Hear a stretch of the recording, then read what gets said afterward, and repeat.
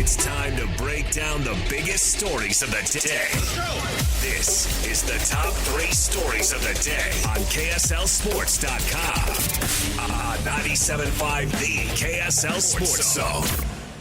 Jacob Ben, want to remind you, you can nominate the youth sports volunteer you know for the Hercules Hero of the Week. Submit your nomination at KSLSports.com/contests and listen every Thursday to JJ and Alex for the winner. Help us celebrate the efforts of those volunteers making an impact with the Hercules Hero of the Week. Sponsored by Hercules First Federal Credit Union and Beehive Meals. Time for the top 3 stories of the day. KSLSports.com, brought to you by J. Brooks Jewelers. Cherish your love with J. Brooks Jewelers. Explore their expertly crafted engagement rings made from the finest materials. J. Brooks Jewelers. All right, Christian, where do you want to start today?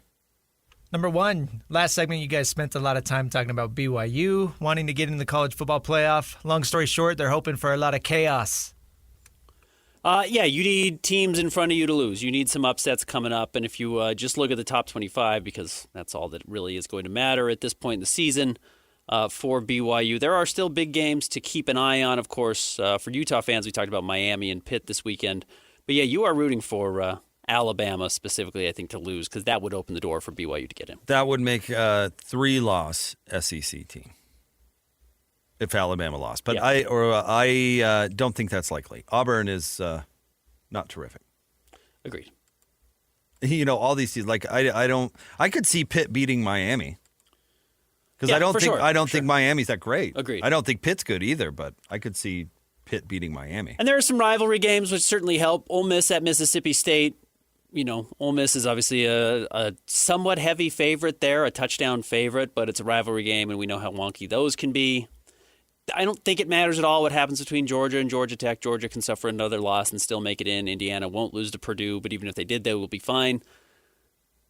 I would wonder what would happen, you're right, if Texas were to beat Texas A&M.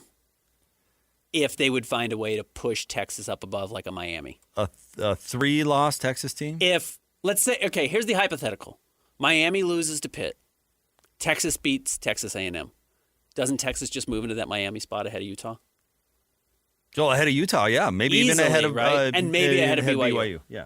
So that would be a 3-loss Texas team over a still 1-loss BYU. Yeah, but they'll waive Miami gets in. Because you're putting Miami in here, or everyone's putting Miami in. They're in the college football playoff right now. If they were to start today, Texas would jump into that Miami spot, I think, and take that final bid. Might take it over BYU. And they'd throw the "we've got the best win."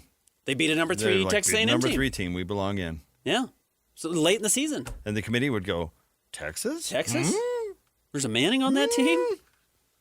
And you know what would happen? Sark would be out there beating the drum for his team. He already has been. Yeah, so absolutely. This is all a PR game. And honestly, I thought that PR was Bert's strength. Ohio State at Michigan. We've talked about Michigan also could be in that running. If Michigan beats Ohio State, They're in. You're not kidding. They're in. They're the 15th ranked team right now. They've got 2 losses. They would beat the number 1 team in the country. That's easy to sell if you're the college football playoff as being better than what BYU has done. Yeah, and Ohio State still has a conference title game to worry about, and so this game doesn't matter that much to them.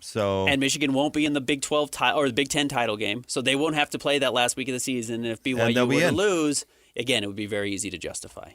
There are just so many bad pitfalls for BYU to not make the college football playoff, on top of the fact that they're already not in the top 12 teams that are going to make it.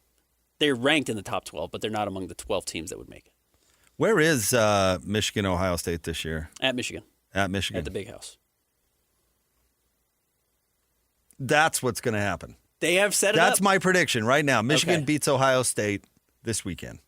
I won't be surprised if Texas beats Texas A&M. I don't think Texas is particularly great, but it's a tough game at Texas with a lot on the line. And then they can say, oof, sweet, 2 Texas SEC teams? They would love that. So, yeah, the number of absolute calamity scenarios that hurt BYU, there's just too many of them out there. There are a lot. Yeah. They got to win. They got to beat. BYU's just got to win out. They got to win. Yeah, that is the nice part. That is the simple aspect of it. We haven't even talked about Vandy, who's the 14th ranked team in the country, playing at number 19 Tennessee. They would love to give Vandy a huge leg up for beating another ranked SEC team this late in the season. Well, BYU's beating Central Florida. Horrible Central Florida. Nobody cares. Vanderbilt just beat Tennessee. Can't wait to move them up the rankings. Again, imagine if BYU Utah was this week. Yeah, right. That was a huge mistake. If you had a number 12 or number 11 BYU playing number 13 Utah, you would have something to hang your hat on. Well, the records would be different, right? Utah would have one loss. BYU would have one loss. Right. Yep. You'd be talking about win and you're in. It's a mistake. Who wants a storyline like that, Ben? Nobody. But we could play them in week 7. Like that? Because there are no other big games that week. So. Yep. That's a huge mistake. That is a move that has come back to haunt the Big 12 this year. Well, I remember. Imagine that game? Can you imagine if that's the game we were getting ready for this weekend? If you want to talk about like game day coming being some sort of measuring stick, game day came in 2004 to BYU Utah on rivalry week, and they were in the Mountain West, and BYU wasn't particularly good. Yeah. It got attention when they were nobodies. That was a mistake. They should fix that. That should be an easy fix because it shouldn't be that hard to project that BYU and Utah are going to be two of the better teams in the Big 12 somewhat consistently. BYU is going to spend their way to it and has a great coaching staff, and Utah, we will see what the coaching staff looks like and if they're able to continue winning, but their history over the last 20 years implies that they're going to be a top 25 team most years. Next. Number 2, Utah Mammoth taking on the Montreal Canadiens tonight. Before they go on a very long road trip, would be nice to win 3 straight before they head out. By the way, I did not think of that when I was getting dressed this morning. You're going with the Montreal Expos. I have a Montreal Expos hoodie. It looks great. Which I am a legit Expos fan, but I didn't know the Mammoth were playing. I mean, maybe the Mammoth fans out there think I'm trolling or something. That was pure coincidence. You're just showing your love for Canada. And Montreal in particular, yeah. To be fair, you do love to troll. Me? And you do love to troll. I do not. Yeah, big opportunity, and we'll see if these young players can keep their momentum. As you've said, it seems like there are more waves of hot play and poor play, at least with the Mammoth, but I do think across hockey in general, you get hot and you stay hot, maybe in a different way than you see in some other sports. Not that it doesn't happen in football and basketball and certainly baseball as well, but we will see because it looked like not that long ago there may be major changes coming for the Mammoth, and you win a couple in a row, and all of a sudden Logan Cooley's playing like one of the 5 best young players in the world, and it all starts to come together and the ship rights itself. Honestly, I would hope a losing streak mid-season would not force major changes. I don't like that kind of manic way to run an organization, but I agree with you. I wonder if that is because it's still new to us and the people that are running the show, Sans, Ryan Smith, Bill Armstrong. Chris Armstrong is still new to him too, but Bill Armstrong has been overseeing this team with this coach for a while now. If he were to see that this is the same mistake over and over, I would understand his approach being different than ours or his patience level being lower than what yours or mine might be. Well, they should have done it 6 months ago. Then yeah, I'm with you. It's the Dave Aranda conundrum. If you should have fired him 6 months ago, you should have fired him 6 months ago. Why are you continuing to hang every win or loss on whether or not he's going to have a job the next day? That doesn't make sense to me. Yeah. He's done the same thing wrong over and over again, hypothetically. It's like, well, so 14 was your line? Yeah. Right. I didn't know you were going to do that on November 26th. Yeah. Yeah.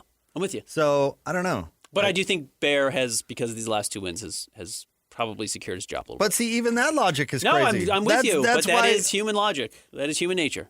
Oh, well, he's won 2 in a row. So he's our guy again.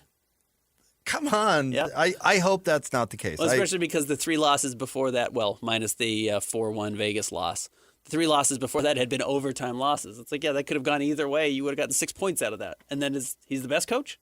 So, yeah, I don't know. I'll be curious because this is the last time we're going to see him at home for a while. They're going to go on this long trip. We'll see how they fare. All right, what's next? Number 3, Utah getting set for a Black Friday matchup at Kansas. Availability reports came out. Wide receiver Ryan Davis is out. Okay, he's had a good year, so don't get me wrong with this, but it doesn't matter. Yeah, I don't think it matters. You know what? Thinking about Jason Beck and the storyline going into the year for the offense for me was how is his offense going to fit with Kyle Whittingham's defensive philosophy? Because that has been the problem with offensive coordinators throughout Witt's entire tenure. What the coordinator wants to do does not necessarily go hand in hand with what the head coach wants to do. And forever, Ben, the storyline has been, we'll hire a guy and Witt's going to let him open it up. And it never worked. It never, they hired Troy Taylor. Well, here's the guy who's going to come in and open it up because he coached some Washington quarterback in high school or something. And they're like, oh, they're going to start slinging it around. And that was never going to fit. That was never going to fit with the head coach's philosophy. And so that was a big story for in this season. And Coach Witt might have found the perfect offense for his philosophy. It's almost a shame it's come a little later on in his run. But he loves a dual threat quarterback. He does. Because he doesn't want to stop a dual threat quarterback, so he loves a dual threat quarterback. They don't need to pass ever, pretty much. There's been 2 games where they've actually needed to pass the entire season. And they're scoring points without being reckless.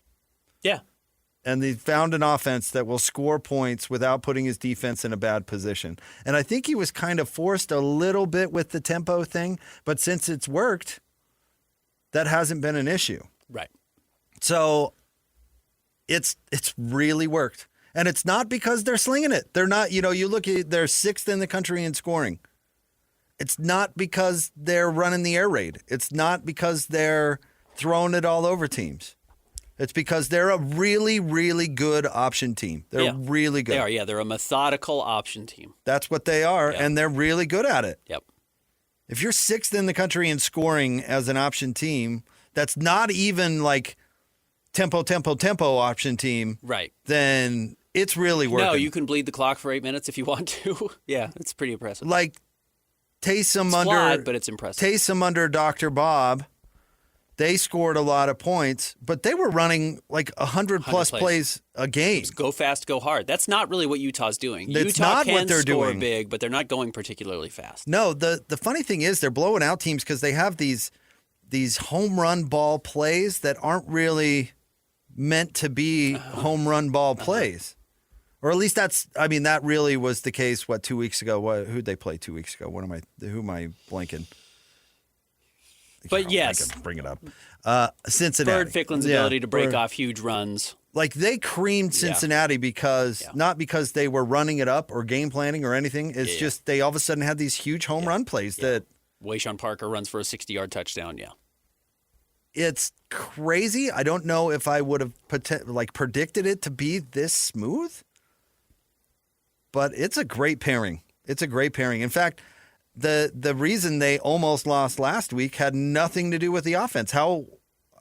No, it had nothing to do with the offense. Nothing to do with the offense. offense. It's funny that Dampier caught so much heat, and he made some mistakes in that game. It was like, even if they had lost that game, having scored 44 points, that was not Devin Dampier's fault. I've been around long enough to know the narrative around Ute losses is, man, that offense stinks. Yeah. If only Utah had an offense.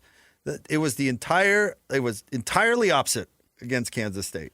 I do also like for Utah when it does come to the passing game that I think both Larry Simmons and Creed Whittemore have probably been either underutilized or have developed well this season. It's probably a little bit of both. Simmons played well against Wyoming in that game. What was that, the second week of the season, third week of the season, whatever that was.